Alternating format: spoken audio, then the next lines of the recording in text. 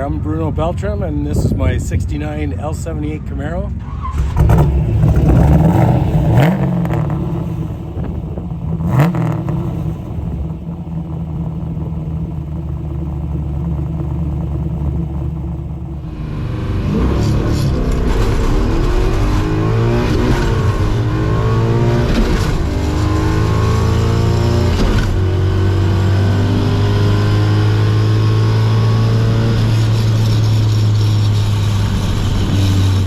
Yo everybody, it's Muscle Car Campy, and we're here with a magnificent L78 396 375 horse 69 Camaro. It's running at the Florida Muscle Car Drags at Musclepalooza at Orlando Speed World. This car is really cool. The owner, Bruno Beltram, bought the car. It already had a set of L79 heads on it, so that's the way he runs the car now. It's all set up for the pure stock drags and the factory appearing stock tire classes. This car today is running in the mid to low 12s. A little warm today, but we're going to tell you all about it right now. Hey, don't forget, before we get started, hit that subscribe button. You want to see all the cool videos. We're not just shooting this car today. We're shooting an L89 Nova. We're shooting a LS6 454 Chevelle. We got all kinds of cool cars coming your way. You won't want to miss any of them. All right, we've got the owner. Bruno is here. Bruno, very cool car. This is original paint, isn't it? Most of it is, as well as the interior and undercarriage. It's very, very original survivor car. Where is it from originally? Originally sold in St. Louis. It was raced there for so many years, and then I bought it from the second owner who owned it in Texas. Oh, great. Yeah. Now, you bought the car in Texas. It's a legit L78 car, 375 horse, but it's got the L89 aluminum cylinder heads on it. Yeah. You said they were on the car when you bought it. Correct. The second owner had a fresh set, put them on. When I decided this was going to be my next pure stock car, I sent the motor out to Tim and I said, let's build it as L89. And he's well versed, and Tim Clary's built lots of them and came up with his magic, and he did a great job. Motor pulls hard. Yeah, I saw you running good. Now, you've run a best of what in this car? This one went 1198. 1198 at what mile an hour? 118 and a half. So that's plenty of mile an hour. Yeah.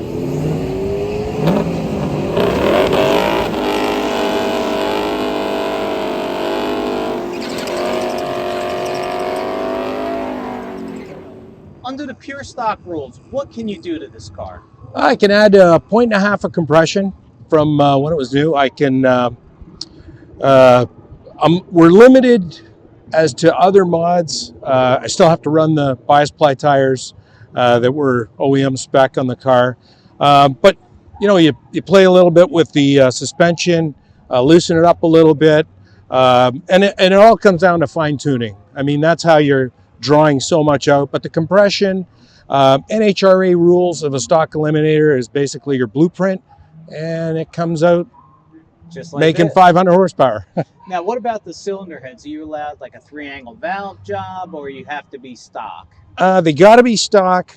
You're allowed to drop the chamber CC a little bit, but only to achieve that higher compression. Higher compression, right. Okay, so there's no like acid porting, nothing, No, none of the no. tricks. If you get caught doing that, you're bounced. Well, exactly. And I mean, who wants to, you know, get caught in when everybody's supposed to be on the level playing field? Sure, sure. And I mean, it's not like you're racing for $10,000. Exactly. At the end It's of the day. bragging It doesn't rights. make sense. Yeah. Although, does any of it make sense? No. You're racing a very valuable car and pouring tens of thousands of dollars in. It's probably win a trophy. Exactly. So that's cool though. But I see it still has the markings on the firewall. Yeah, and the fogging of the paint, the way I mean, that's undisturbed. That's never been touched. Wow. That's the way the car was built. A lot of the moldings, trunk moldings, interior, I mean, a lot of it's still factory spec. And I noticed there's no power steering under here. Correct. Good old Armstrong steering. Yeah. It's just fascinating to me how you guys get so far down in the ET.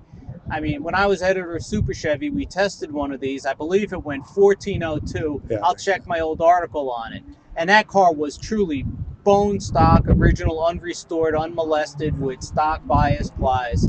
So you're really going into the 11s. You're making this thing really work. Well, a big part of it too, I forgot to mention the exhaust system being a 2.5-inch mandrel bent exhaust really adds to the flow. I mean, you're blueprinting the carburetor. You're just maxing out every component that the car was built with to its max level as it was new. You know, and you mentioned the exhaust. That's something people don't realize. If you had Huge. a car like this with chambered exhaust, it sounds fantastic, but you're probably losing 20 rear wheel horsepower. Oh, for sure. It's just, I mean, sometimes it just pinches down to an inch and a half. I mean, it's not really much there. It's too restrictive. Too restrictive. Now, are you allowed to port the exhaust manifolds at all? No, these aren't, and you're not allowed to actually. That's frowned upon. So. Hey, you're running. It's a little warm out. DA is about 2,000 feet, I'm assuming, and it's getting worse. You got a definite headwind here. For sure. And you're running what, 12? Ran a 1222 first pass this morning, and that was the track's really greasy. So I mean, we're already handicapped with the tires we run, and if it's you get a hot sunny day, it pulls all the grease out of the track. It's a fine balance to get it to hook to go. So 60-foot stuff. Just put a fat guy like me in your trunk. That'll get you probably a couple more tenths off the line. You know, it'll keep you from spinning. Exactly. But this is really a neat car. Now, I also notice the air filter's a little thicker than taller, a little taller, which I know helps on these cars. But I mean, it's just a really interesting artifact. Yeah, you know, it these is. cars were built to drag race. You know, and that's what you're still doing with it. And here we are, what is it, 45 years later? Exactly. Maybe more, I don't know, 25 and 21. Do the math, I can't. Well, it's got 300 passes on it, and other than a valve lash, it's been, jetting for the conditions, but that's it. I haven't touched it otherwise. So.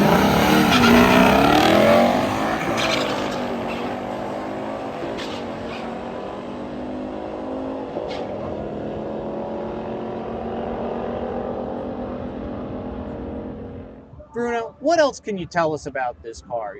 I noticed you have an air fuel gauge on the interior. Yep.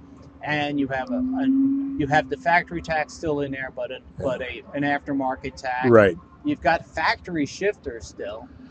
Well, the shifter looks stock, but it's actually a long shifter. Oh, okay. So I'm a little sloppy, so it keep me from missing shifts. Good old Leonard Long. Yeah. Of course, long shifter. Very exactly. nice. So I've got that. Otherwise, like you mentioned, the air fuel is just to make sure, I don't want to run it out too lean. It's aluminum heads. Like, I don't mind getting close, but I don't want to go overboard and hurt something. You guys had the carb off earlier, right. rejetting it. Yeah. You said it was, what, too fat? Really fat today. Really fat. Yeah. Okay, so you leaned it out. Yeah. And now, hopefully, in a couple of minutes, you'll get another pass. For sure. And we'll see what happens there. For sure. Good luck, Bruno. Thank you so much. Great talking to you. Yeah. Thank you. What's really interesting is this car was towed to the track by a 1976 Caprice, a two-door, which we jokingly said was, well, that was as big as a full-size pickup truck today. So it is amazing the life that these cars have. If you could somehow, rub the trunk lid or something and the car could start talking to you and tell you the amazing stories from when it was racing in St. Louis and its time in Texas. How wonderful would that be?